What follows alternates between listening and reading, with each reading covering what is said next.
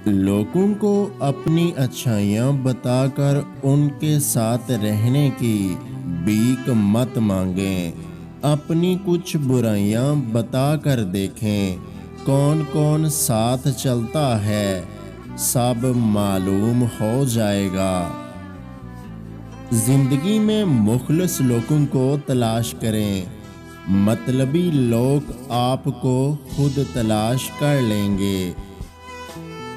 किसी की इज्जत करोगे तो अपनी इज्जत बढ़ाओगे, कम न होगी।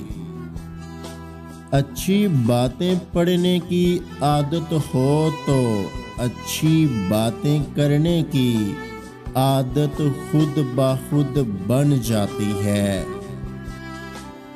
इंसान के जिस्म का सबसे खूबसूरत हिस्सा दिल है, और अगर ये साफ ना हो तो चमकता चेहरा किसी काम का नहीं।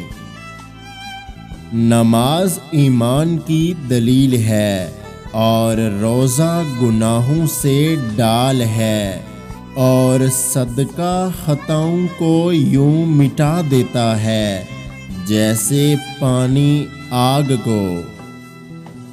फरमाने मुस्तफ़ा सल्लल्लाहु अलैहि वसल्लम, अगर खुदा के सिवा किसी को सजदा करना जायज़ होता तो मैं औरतों को हुक्म देता कि वो अपने शोहरों को सजदा करें।